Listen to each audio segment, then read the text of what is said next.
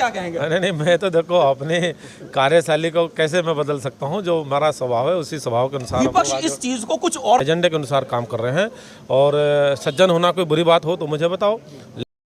News पे आपका स्वागत है। इस समय अम्बेहटा के अंदर मौजूद हैं, जहां आज राष्ट्रीय लोकदल और बीजेपी प्रत्याशी का जो परिचय सम्मान समारोह उसमें मौजूद है। हम बात करते हैं कि किस प्रकार का आज सम्मान समारोह हुआ, क्या कहना चाहेंगे एमपी साहब, किस प्रकार का आज सम्मान? देखिएगा, आरएलडी और बीजेपी का गठबंधन हुआ है और इस गठबंधन के रूप में कुछ साथी ऐसे थे जो हमारे इस सहारनपुर की नकुड़ गंगो विधानसभा के आरएलडी के साथियों का और हमारा भी मन था कि इन सबके साथ बैठा जाए और एक अच्छा तालमेल बना करके आगे बढ़ने का काम किया जाए, ताकि लोकसभा का चुनाव बहुत जल्दी आप लोगों के बीच में होने जा रहा है। 19 तारीख उसकी फिक्स हो चुकी है और उसी के निमित्त सभी लोग एक अच्छी रूपरेखा बना करके आगे नीचे तक उतारने का काम कर सकें।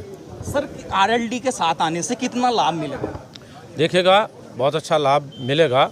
भारतीय जनता पार्टी के लोग भी उत्साहित हैं और आरएलडी के भी लोग उत्साहित हैं कि इस गठबंधन के बाद अच्छा परिणाम देखने को मिलेगा। एमपी साहब, आपने कहा कि कहीं ना कहीं मन था इनसे तालमेल का, तो इसी तरह जयंत चौधरी का भी लग रहा था, लगातार मन था कि कहीं जाने की बात हो रही थी, फिर पीछे हट जाते थे। बहुत पहले से चर्चाएं चलती थी, बंद हो जाती थी, चलती थी, बंद हो जाती थी, लेकिन अल्टीमेटली ये फाइनल हुआ है और भारतीय जनता पार्टी की रीति नीतियों से वही विचारों को मिला करके एक दूसरे के साथ चलने का जो निर्णय हुआ है, ये स्वागत योग्य निर्णय है।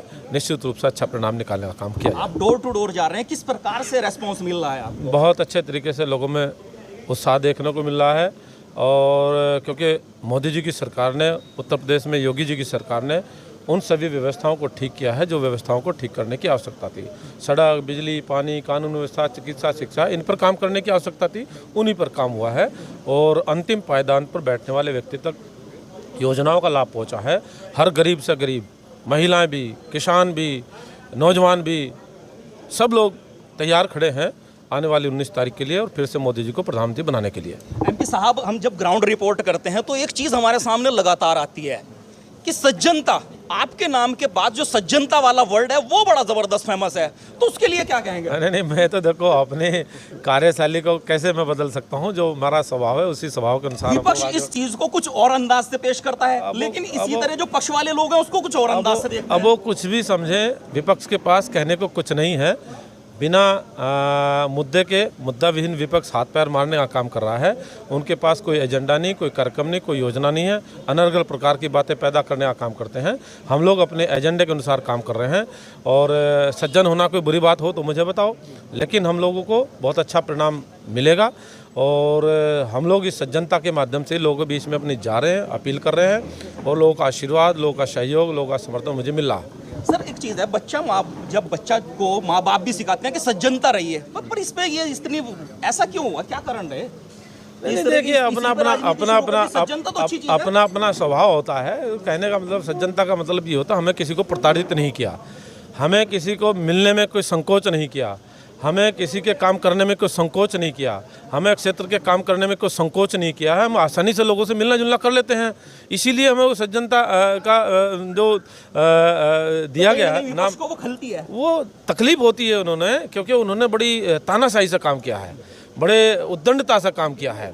अपराधियों को उन्होंने जन्म दिया है, अपराध को उन्होंने जन्म दिया है। महिलाएं भी परेशान थी, कानून व्यवस्था ध्वस्त थी और अपराधियों के खिलाफ कोई कार्रवाई नहीं होती थी। कंप्लेंट देने का काम करते थे, उनका संरक्षण कुछ ऐसे जनप्रतिनिधियों के माध्यम से मिलता रहा है जिसकी वजह से अपराध ने जन्म लिया है। हम लोगों ने उनका निराकरण करने का काम किया है, सरलता से काम किया है, सरलता से लोगों के समस्याओं का निराकरण करने का काम किया है, सरलता से उनके फैसले करने का काम किया है। इसीलिए हम लोगों को सरलता का नाम दिया गया।